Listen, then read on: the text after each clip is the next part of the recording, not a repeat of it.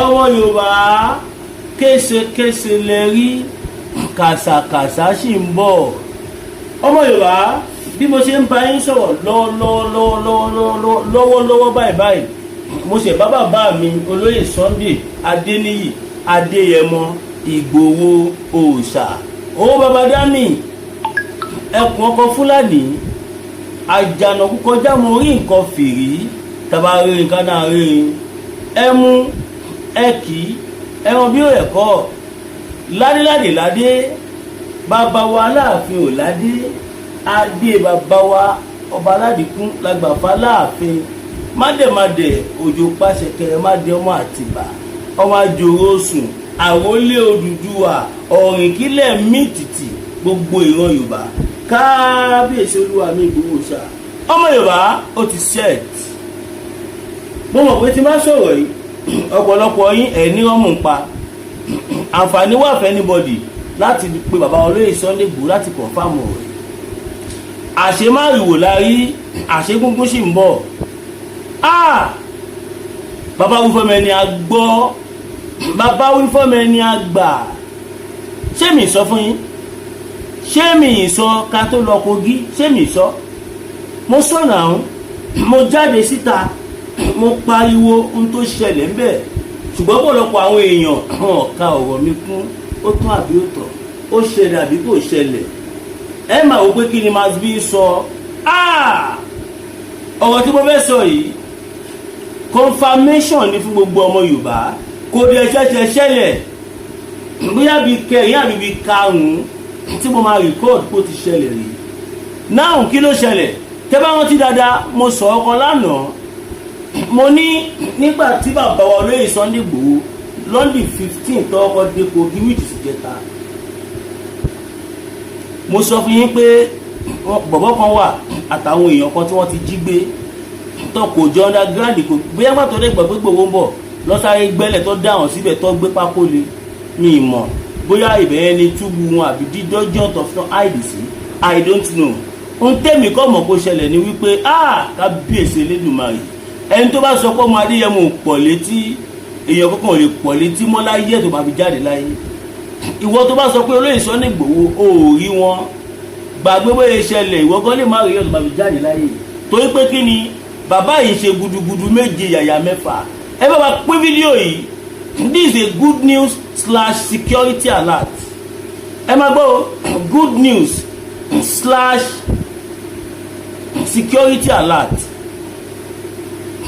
mo fẹ́ sọ eléyìí fún gbogbo àwọn tó ti ń tẹnubọlẹ̀ káàkiri ṣé àsọ fún yín olóṣèlú ní Ìgbòho ó kọ́ wà pa ọ́ fún àwọn Yorùbá ó wá gbá wọn ni ó wá ṣe gbá ni ó wá ṣàwo ni inú mi dùn wípé gbogbo wa náà ti rí nǹkan tó ṣẹlẹ̀ yìí ẹ̀dẹ̀ mọ̀ nǹkan tó túmọ̀ sí.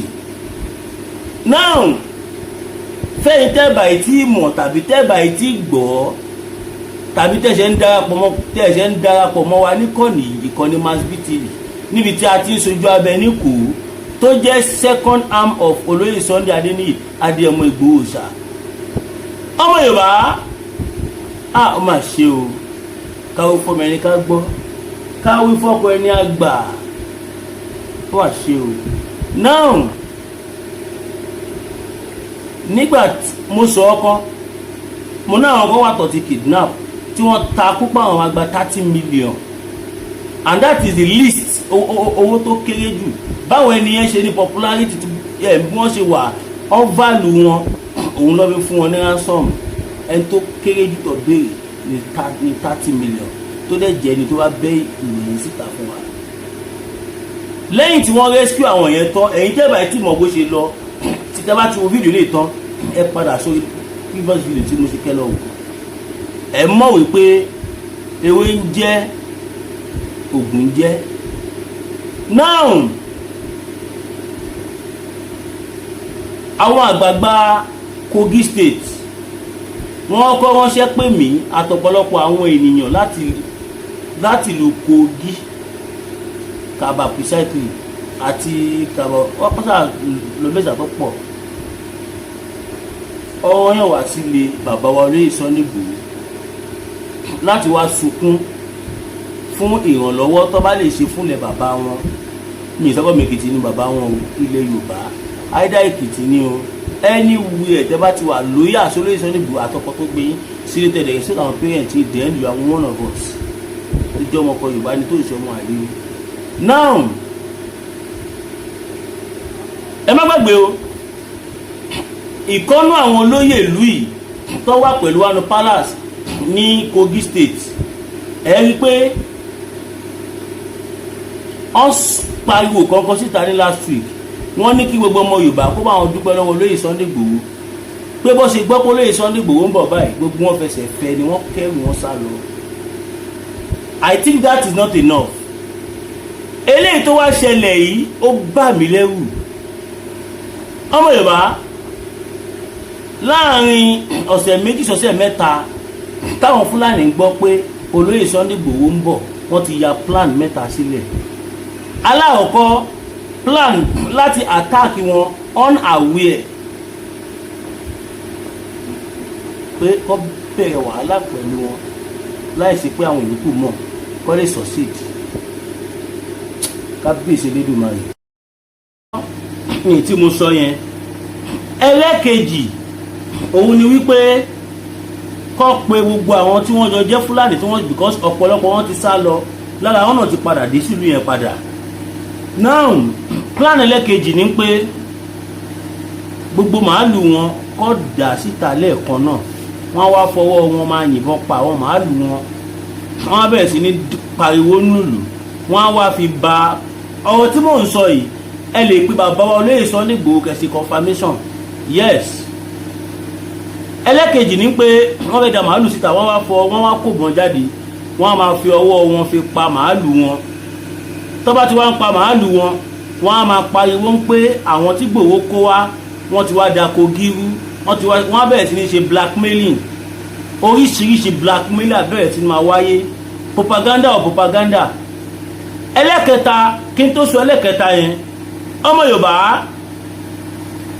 ẹjá mọ́ tá à ń ṣe lásìkò yìí o ẹjá mọ́ tá à ń ṣe àwa nìkan la lè gbèjà ara wa o ẹnìkan kan ò lè gbèjà wa o tá bá ń dúró pé kẹ́nìkan máa bọ̀ láti wá gbèjà wa à ń tanra wa ní o ṣèbẹ́gbẹ́ àwọn ọ̀rọ̀ tí bàbá wa olóyè Sunday Adéníadé ọmọ Ìgbòho ṣá sọ wọ́n ní kí gbogbo Fúlàní ajínigbé apààyàn kó fi ìlú Kogi sílẹ̀ báyìí wọ́n ní Fúlàní tó bá mọ̀ wípé iṣẹ́ ọwọ́ òun ò dáa bó ṣe sá lọ yẹn kó má sá padà wá mọ́ o wọ́n ní Fúlàní tó bá mọ̀ wípé ẹni bí lòun kó má padà wá mọ́ o àìjẹ́ bẹ́ẹ̀ ohun tójú ẹ̀ bá ti rí kó fara mọ́ torí gbogbo ìlú Kogi gbogbo àwọn lọ́balọ́ba níjòyè olóṣèlú gbogbo wọn ni wọ́n parapọ̀ tó pe bàbá wa olóyè Sunday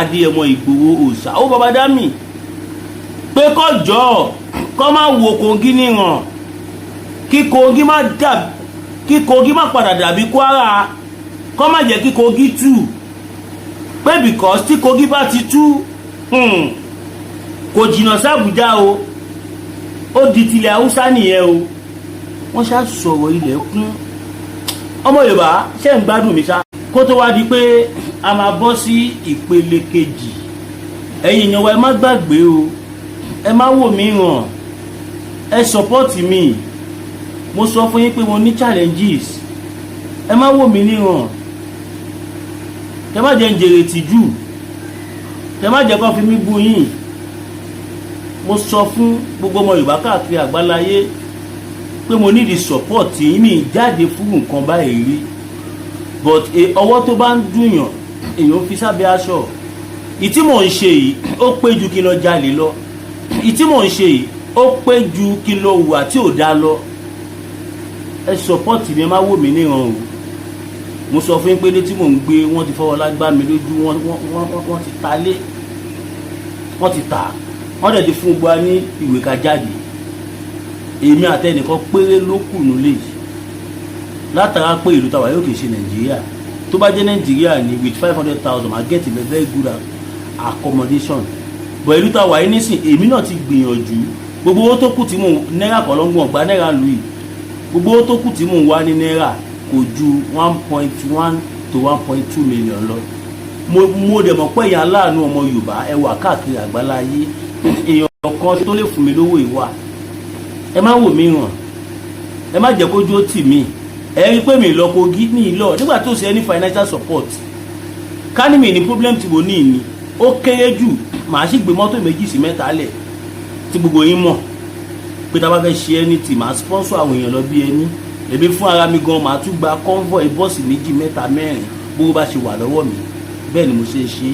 But bí òkùnkàn ilé ayé ìkòsílà tó wà láyé tó kè ní challenges ó láwọn program kan tá a ṣe nu movement lẹ́jọ́ mẹ́ta yìí tó yẹ pé mo ná yàrá ìyá owó tí mi mọ̀ kan tó ṣẹlẹ̀ bá ṣẹlẹ̀ sí mi. Àwọn iṣẹ́ tá a ṣe yẹn ló kówó lọ ṣe mọ̀ pẹ́yìn náà mọ̀ mo máa ń ṣe house to house awareness ìgbà tá àrẹ anybody finance mọ̀ owó tí mo ń rí lórí social media ni mo fi ń finance àwọn tèmi rán tájọ ń lọ káàkiri house to house ta ló ń bá àwọn èèyàn sọ̀rọ̀ lẹ́yìn mẹ́ta yẹn sí mo ná more than 900 to 1 million ta ni mo fẹ́ sọ fún mo ná jù bẹ́ẹ̀ lọ táwọn èèyàn wá lè testify sí dáadáa ṣùgbọ́n nísìnyí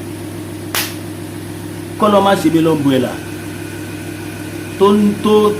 tó jẹ́ kójú pa àwọn èèyàn tó jẹ́ pa fún ara ẹ̀ kí ló dáàbò bo àwọn èèyàn kí ló máa pa wọ́n àti ìgbà kò sígbà tó dáàbò tó dúró kì í pa ṣùgbọ́n gbà fọlọ́run kọ́ lọ́run ní ṣe wá bẹ́ẹ̀ ọlọ́run ní wá ṣe wá látùpà tó ń ríran fọmọ aráyé tí ò rí di ara ẹ̀ ẹ ṣàánú mi ẹ má wò mí níran ẹ má jọ fi mí bú yín o ọ̀pọ̀lọpọ̀ àwọn ẹni ibi ni wọ́n ti ń wá ni wọ́n ti ń gbé owó burúkú wá ṣùgbọ́n ohun tó ní agba owó yìí fún ní tó máa jẹ́ kí n gbà ọlọ́run ní jẹ́ kí n rí kò ná lọ́run ní kọ̀ọ̀kan láti wọ́n aláàánú sí mi kò rán lọ́run ní kọ̀ọ̀kan láti fọwọ́ tọ́mọ Yorùbá lọ́kàn ó yẹ fún ní 1000 2000 5 naira 10 naira tàbá kó gbẹ nísìnyí báyìí ìjọ mẹ́rin péré ló kù tí mo ní láti lómi tí mo wà yìí gbogbo ilé tí mo ń wá yìí tó kéré jù ń bẹ̀ nígbà ní owó ìlú tí mo wà yìí more than 400,000 sefa tó dẹ́jọ́ mọ̀ ya bí 1.1 million ló kù tí mò ń wá o ilé gangan ju 4 kinní kan lọ o èmi fún ara mi mi ń ṣọ̀lẹ́ mi ìdẹ́sẹ̀ tó fọ́ mẹ́wàá jẹun bí mo ṣe ń ṣe síta èmi náà mú tọ́wọ́ kọ́bọ̀ mo fi síbì kan ọ̀pọ̀lọpọ̀ nǹkan ni mo ti ṣe fún ara mi ṣùgbọ́n eléyìí ló kù tẹ bá wò mí níran ẹ ṣàánú mi o ẹ̀yin tó lọ́ba dẹ̀ bùkún fún tẹ bá wò kéwọ́ tó wà lọ́wọ́ yín kéré bí ẹ fẹ́ nà sí mi ẹ fi fún mi ní super sticker super chat ara ẹ̀ náà ni ení tere èjì tere ẹnìkan tiẹ̀ fún mi ní super chat inú mi dùn sí ayọ̀ mi kún bẹ́ẹ̀ ni kẹ́ni ẹ fún mi ní 99.9 which is $10 lọ fún mi ní super sticker yìí náà lè fún mi kódà ẹ lè fún mi náírà kò sí ètè kò bá jẹ́ 1 naira 10 naira tó ẹ̀ ń tẹ́ bá tẹ̀ sí ó máa lọ ẹ support mi 02141687040 GTB Williams Olúwatósìn lè máa rí lórí ẹ̀ fẹ́yìn tí ẹ bá fẹ́ gbé polówó ọjà fún wa tàbí fẹ́ pè mí ṣàkíyèsí mo rá àwọn kan tó ń pè mí ṣàkíyèsí wọn ní máa bí kò yẹ kó sọ fáwọn ìwé fẹ́ kó omi tó wà tí mi bá sọ báwo lẹ ṣe fẹ́ mọ̀ báwo lẹ èèyàn ti fẹ́ mọ̀ pé bànújẹ́ wà lọ́kàn mi báwo lẹ èèyàn ti fẹ́ mọ̀ pé inú mi ò dùn báwo lẹ ti fẹ́ mọ̀ pé mo ní problem tó ní the solution ní kíákíá kò ń ṣe gbogbo èèyàn tó ń wò mí ni mo ní nọ́mbà ẹ̀ even gan mi ní 5% nọ́mbà àwọn tó ń wò mí ẹ ṣàánú mi máa wò mí ràn kàn ní fi mí bu yín o ojú ò ní tí ìgbọ́dọ̀ ní tí èmi náà o now ẹja bọ́ sí pele kejì ǹjẹ́ ti gbọ́ more than 1,000 trained afẹ̀mí èèyàn ṣòfò la gbọ́ allegedly pé wọ́n fẹ́ dá sílẹ̀ Yorùbá nísìnyí láti wọ́n máa dá wàhálà lẹ̀ ẹ lọ múra ẹjẹ́ lọ dira ọmọ Yorùbá ìwọ tó bá ti dira tètè tara ṣàṣà kó lọ dira torí ń bi ta bá dé yìí béèyàn bá wà nílẹ̀ Yorùbá lè ní tí ò dira ó dàbí òkú tó ń rìn ni o mi ní parọ́ fún yín o ó dàbí òkú tó ń rìn ni tó gbọ́dọ̀ dira níbi tí ilẹ̀ Yorùbá dé lè ní àwọn Fúlàní wọn ò fẹ́ mọ̀ àwọn agbé nípa olówó lọ́wọ́ ò lówó lọ́wọ́ wọn ò fẹ́ mọ̀ ṣebí kan náà ni mo sọ yìí tó ṣẹlẹ̀ ní Kogi kí tó ṣẹlẹ̀ táàtì ẹ̀ mọ̀ pé gbogbo àwọn Fúlàní máa kẹ́rù wọn máa sá lọ. Gbogbo ilẹ̀ gbọ́n kan tí mo sọ láti bẹ̀rẹ̀. Ìjọ táwọn olóyè ìjọ tí àwọn èèyàn wa ta wọ Kogi state gangan ẹnìkan wà tó ti ń fi 30 million bẹ àwọn Fúlàní tí wọn ò gbà. Tó jẹ́ wípé ọ̀rọ̀ tí mò ń sọ ẹ lè pe olóyè kẹ́ confam, ẹ lè pe bàbá wa Chief Sunday Igboho confirmation. Ọ̀rọ̀ yẹn wọn pariwo ẹ̀, àwọn tá a jẹ́ iná campus nìkan la mọ̀. Ẹbí olóyè, ẹbí àwọn nọ́mbà 2 wọn amúgbálẹ́gbẹ̀ẹ́ tájọ wà, ẹbí wọn. Kò sí irọ́ kankan náà tí mo sọ tọ̀rọ̀ yìí. Kò dẹ̀ ṣe má ṣẹlẹ̀. Ó ṣẹlẹ̀ ní Ìmẹ̀kọ, gbogbo ilẹ̀ gbọ́ sí tìgbà yẹn. Ta lọ kí ọba Onímẹ̀kọ. Àwọn táwọn Fúlàní gbọ́ pé à ń bọ̀ tí wọ́n dẹ̀ fi ẹni kódà wọn ò lè yìnbọn.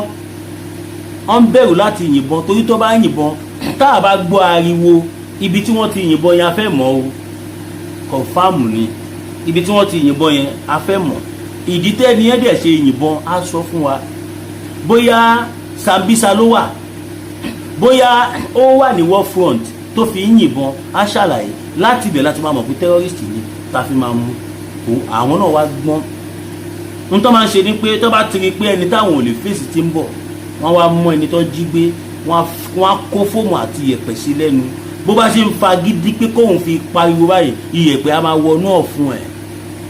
Ṣèwé èèyàn bẹ́ẹ̀ akọ̀dàkẹ́ á máa wò ní wọ́n wá di ẹni yẹn wọ́n á sá lọ. Ìgbòho la pé ilé lẹ́dìyẹ ò ti níyì. Àwọn Fúlàní tẹ̀ wó yẹn wọ́n mẹ tó ń pè ní Ìgbòho. Ẹ̀gbọ́n tí Sálíù sọ ni tí bá gbórúkọ Sunday Ìgbòho àyà mi ò já òtútù ó tún mú mi kò parọ́. Ìgbòho tẹ́ bá ń gbọ́ ó pọ̀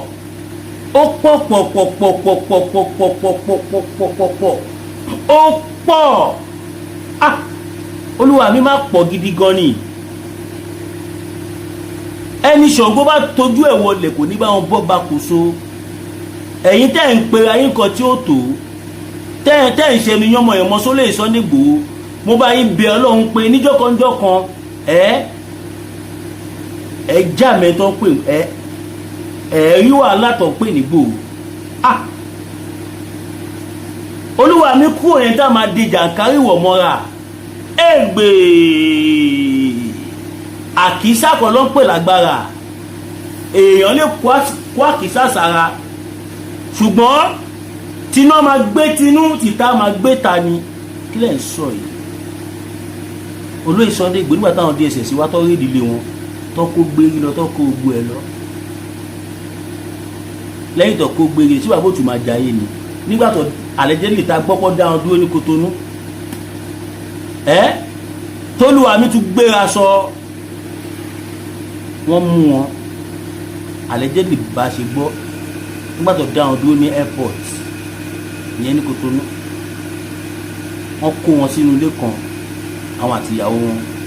Àwọn àmì tó sọ̀rọ̀ àdìbẹ̀ yẹn di more than 700 kò ṣẹlẹ̀ rí nílùú yẹn pé kọ́ dá àwọn àmì síta kọ́ dá ọlọ́pàá. Combination of force táwọn máa ń pè ní joint force, combination of force làwọn máa ń pè combine french ló máa fi sọ́ṣà oríṣiríṣi force. Ṣé mo pé ní Kotonu èèyàn kan ṣo ló ẹ̀dì ọlọ́pàá ló ẹ̀dì army ló ẹ̀dì custom ló ẹ̀dì immigration ló ẹ̀dì gbogbo security parastatals.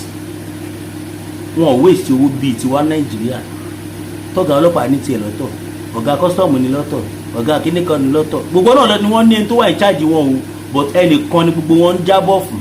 Ẹni ló máa lọ jábọ̀ fún president. Ọmọ Yorùbá Ìgbòho pọ̀.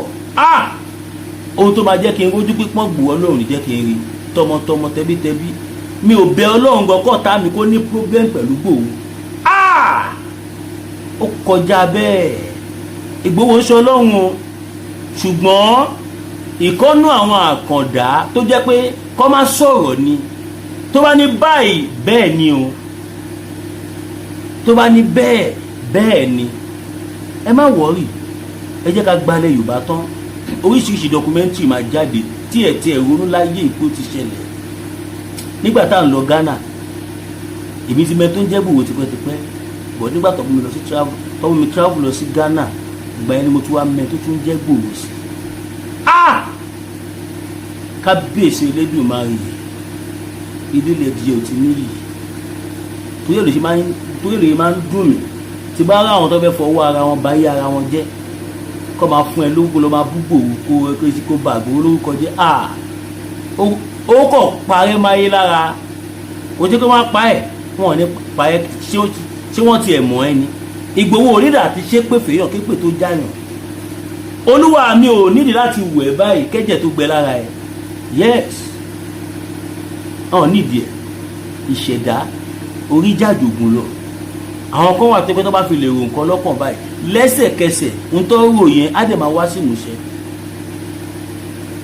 ṣe rò pé easy ní French country Cotonou tó jẹ́ pé wọ́n ní yàrá ìyá ògùn gbogbo àwọn ọ́fíìsà wọn ìdí òrìṣà ni wọ́n ti máa lọ ń búra president odensi agbọ́pọ̀ àlejò la gbọ́ pé ó mú plan yẹn wá ọlọ́pàá ni ẹ o sójà ni ẹ o custom immigration ni ẹ o gbogbo yín ẹ máa lọ síbi gbogbo òòṣà níjọ́ tẹ bá gbà bọ̀dẹ̀ fún olùdíkọ̀ báyìí ṣe yín kódà wọ́n tún máa gbé yín lọ sí snake temple níbi tí wọ́n ti ń bọ ejò gbogbo yín náà tún máa búra ń bẹ̀ níjọ́kíjọ́ tó bá gbà bọ̀dẹ̀ fún bẹ́ẹ̀nì tàbí tó gbà bẹ̀ tẹ́lẹ̀ from nowhere kéjò jáde kó sàn ẹ́ pa tọmọtọmọ a lot of things tó bá jẹ́ bẹ́ẹ̀ la ṣe ní Nàìjíríà yìí gbogbo problem ta wà lè ní àní sínú ẹ̀ but èmi mọ̀ pé gbogbo ti ń jẹ tọ̀lọ̀ ní kíákíá gbogbo nǹkan máa dẹ̀rọ̀ ọmọ Yorùbá wọ́n fẹ́ pa bàbá Tinubu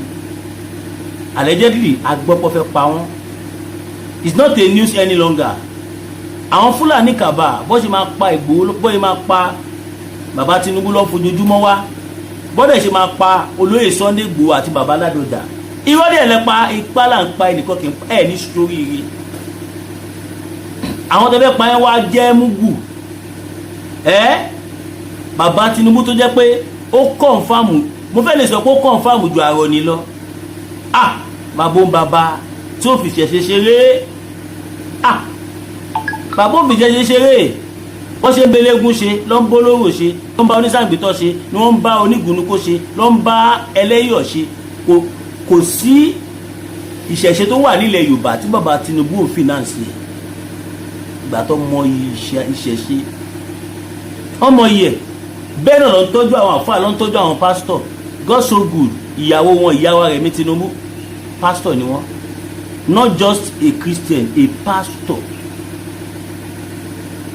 yes a well committed pastor that's it now ẹja sowọ́pọ̀ pẹ̀lú Ìgbòho bàbá Tinubu ṣẹ́yìn náà mo mọ̀ pé ìròyìn yẹn ti máa kàn yín lára yes ẹ bá wa sẹ́ndì ìròyìn sí gbogbo ọba ilẹ̀ Yorùbá gbogbo àwọn alágbára ilẹ̀ Yorùbá kí wọ́n rí pé Ìgbòho sì ń ṣe tọmọ Yorùbá o wọ́n sì ṣe o mo wá bí olúwa mi pé olúwa mi kí ni ti ń di ẹlẹ́kẹta o wọ́n ní ìkẹta bò ó wọ́n ní ṣèbí torí páwọn kọ̀ọ̀sọ́ kọ̀ọ̀kan ni kódà inú ọdún tó kọjá sọ́dún yìí àwọn táwọn lọ kí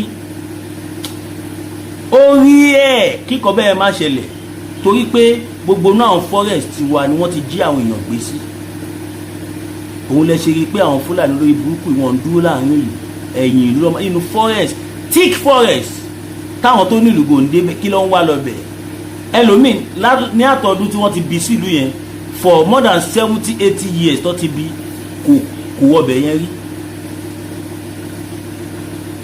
àwọn China olórí burúkú yìí wọ́n dá àwọn Fúlàní sínú forest wa allegedly bá ṣe gbọ́ wọ́n ní wọ́n dá wọn síbẹ̀ wọ́n kó bọ́n fún wọn àdó olóró oríṣiríṣi kọjá ogun wọ́n kó fún wọn wọ́n wá ń wọ àlùmọ́ọ́nì wa nínú thick forest wa tẹ́ bá wá ń bọ̀ ńbẹ̀ àwọn Boko Haram kọ̀ọ̀kan yẹn wọ́n dàbí security fáwọn China ni èmi mo sọ bẹ́ẹ̀ fún yín nǹkan tí mo gbọ́ ni ibi tá a dẹ̀ ti gbọ́ wọn lè parọ́ tó bá parọ́ fún wa ṣówó la níta fẹ́ fún wọn ni lẹ́nu tó yẹ pé àwọn gan ni wọ́n tún ń ṣàánú ọmọ Yorùbá tó máa rí information yá ọmọ Yorùbá ẹ ká dúpẹ́ lọ́wọ́ bàbá wa Fáyọ̀ṣe wọ́n ṣe gudugudu méje ya mẹ́fà ṣé mo kí mo sọ fídíò tí mo ti fídíò the last time mo ní bàbá wa Fáyọ̀ṣe tí wọ́n bá rí wọn ní sọ ẹ lọ wo fídíò mi mo ní tí wọn ò bá rí kankan wọn ní sọ ọ̀rọ̀ yẹn ó ní kò tó rí tó fi sọ bẹ́ẹ̀ ṣé kò wá rí bẹ́ẹ̀ báyìí? Àwọn náà lọ tú àṣírí Ṣèyí Mákindé the last time nígbà tí àdó olóró dún nìbàdàn tó pa àwọn èèyàn lọ bí ẹran, tó ba property, tó ba gbogbo ẹ̀jẹ̀, tí ìjọba dẹ́ release 50 billion ló kọ́ fi settle everybody. Allegedly agbọ́kọ̀ wọn fẹ́ anybody ní wọn kọ̀ bọ̀. Ìbínú ẹ̀ ni Fáyọ̀ṣe fi jáde pé àwọn bọ̀bọ̀ yìí kí ló ṣe ẹ̀, ṣó fẹ́ kó lọ sọ́run ni wọ́n fi wá tú àṣírí. Nígbà tó deny ni Fáyọ̀ṣe fi gbé rìsíìtì síta evidence pé lóòótọ́ ni wọ́n gba 50 billion lọ́wọ́ federal government. Gọ́vnà Ṣèyí Mákindé sọ pé prophecy ti ń jáde, wọ́n ní tí ẹ̀ bá ṣọ́ra lápò lórí gọ́vnà seat ẹ̀wọ̀n ló kú tẹ̀ lọ.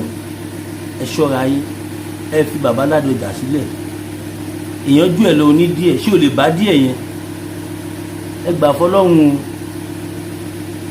You are a young guy like us. Ọ̀dọ́ sì níyìn o. You still have a long way to go. Mi disrespect yín o. Fáàtì mo ń sọ fún yín. Bàbá Ládọjà ò kí ń ṣe aláàrin fún kì í ṣe ní àrífín o. Ọba Olúbàdàn kì í ṣe ní àrífín o. Tẹ bá rí wọn fín tẹ òpẹ́ lè yẹyẹ wọn. Ẹ ní ṣe bẹ́ẹ̀ mọ́ o because a máa sọ state yín di protesting ground.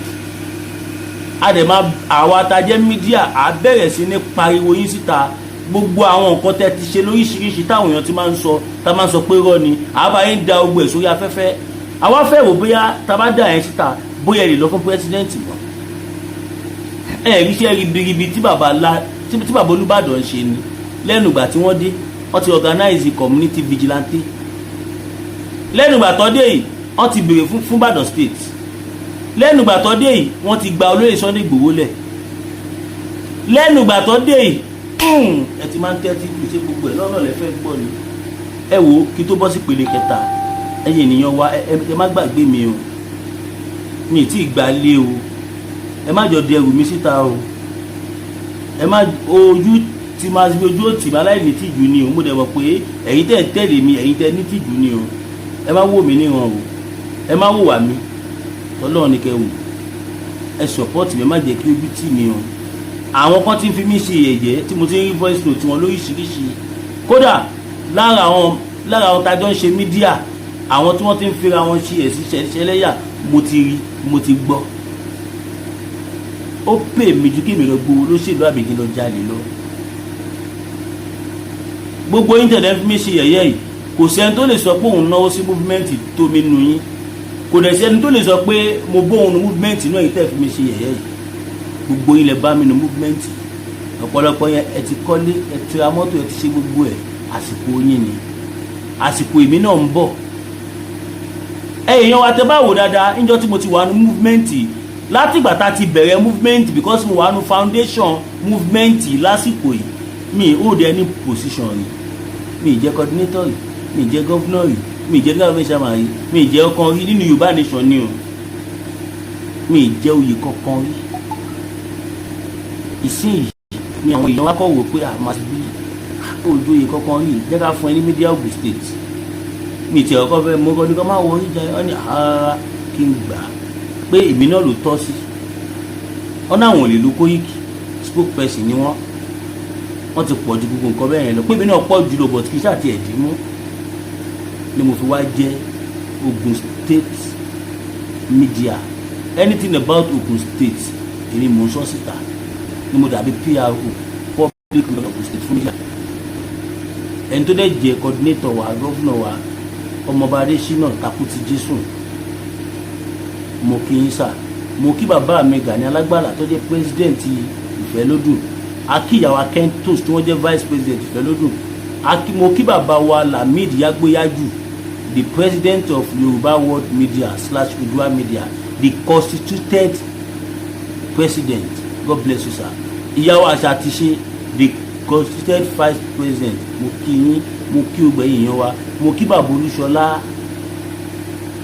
Olúṣọlá èmi nìkan ṣoṣo. Mo kí yín sà, ẹ kújọ́ mẹ́ta. Ẹ máa wò pé ẹ̀rìn mi bá sọ̀rọ̀. Bẹ́ẹ̀ ni ọ̀nà pọ̀.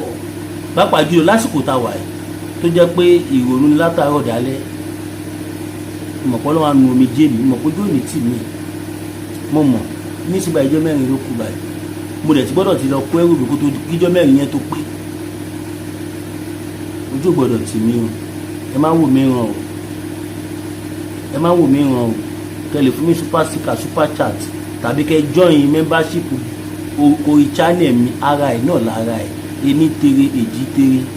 Ẹ̀yin tí a bá dẹ̀ fún mi ní bí ẹ fẹ́ transfer fún mi náírà 02141687004 02141687004 GTB Williams Olúwatósìn lè máa rí lórí ẹ̀. God bless you all. Ẹ má wò mí níran o, ojú òní tí ẹ̀yin náà o, odò àgbò àkóní gbé ọ̀dàlẹ̀ o. Olóyè Sunday Igboho ní ká fàsìkò ìdúpẹ́ lọ́gbọ́n ọmọ Yorùbá káàkiri àgbáláyé tẹ dúró tí àwọn tí àjọ ìrìn Kogi State kọ́nà àwọn dúpẹ́ lọ́wọ́ gbogbo wa o. Àwọn mọ̀ lóore pé this is just the starting. Wọ́n ní kò tí tán o, pé starting a ṣẹ̀ṣẹ̀ bẹ̀rẹ̀ ní báyìí because nísìn àwa máa lọ káàkiri. Mo tún bẹ̀ ọgbẹ́ ọmọ Yorùbá ẹ jọ̀ọ́ nítorí Ọlọ́run, tabarẹ́ ẹni tó lè fi mọ́tò support mi, inú mi á dùn. Bẹ́ẹ̀ tí ẹ fún mi lówó tẹ ra tẹ gbé fún mi, bó jẹ́ dẹ̀ máa fún mi lówó náà ní kí lọ ra irú tí n bá fẹ́, ẹ lè ṣe. Ẹ má wò mí níran. Rally ti bẹ̀rẹ̀, wọ́n lọ Kogi, mi láǹfààní àti bá wọn lọ torí mi ní mọ́tò, torí èyí rè máa wọ mọ́tò kélekèle fún movement bẹ́ẹ̀ kò possible, àfi kéèyàn ní mọ́tò tiẹ̀ torí ojú kankan ló ń lọ. Wọ́n lè sọ pé lọ sí Kábàǹsì kọ́ change direction kọ́ face ibòmí kí wọ́n á sọ fún ní mọ́tò tí mo ṣáta pé kó bàbá ẹ mọ̀ ó máa rí bákan, owó yẹn dẹ̀ ti máa pọ̀ jù. Ẹnìkan tí mo fi lọ ó ní tóun bá máa kó àwa 20 fi rin gbogbo tọ́jọ́ méjì yẹn òun máa gba 1.2 million. Mo sọ̀rọ̀ mi pé ní ètò tó jẹ́ ètò mi ìdẹ̀ blame ẹ̀ láti ìgbà sí Kogi ṣe mọ epo tó máa rà bó kàn ó ti ṣeré o lóòótọ́ bó tẹ̀ jẹ́ bó ti jàjẹ́ jù ṣùgbọ́n a ò lè blame ẹ̀. Òun náà máa deliver fẹ́ tó ní mọ́tò, tó bá dẹ̀ jẹ́ òun náà lò ní ó máa tún mọ́tò ṣe kó tó bọ́ sọ́nà, á sáfíìsì mọ́tò, á ná yàrá ìyá owó, tó bá dẹ̀ tún dé á tún ṣe the same thing. Èló ló wá fẹ́ kù nílẹ̀, so better irú 1.2 yẹn tí bá rẹni tó fún mi gan, mo lè lọ gba mọ́tò san díẹ̀díẹ̀, yes. Ṣùgbọ́n mo bí Ọlọ́run pọ́ lò yẹ kí n lo mọ́tò san díẹ̀díẹ̀, mọ́tò tí máa lò tó máa di tèmi lẹ́ẹ̀kan náà lọ́wọ́ á gbé wá síwájú mi. Ó jẹ́ bí ó ṣe jẹ́ o.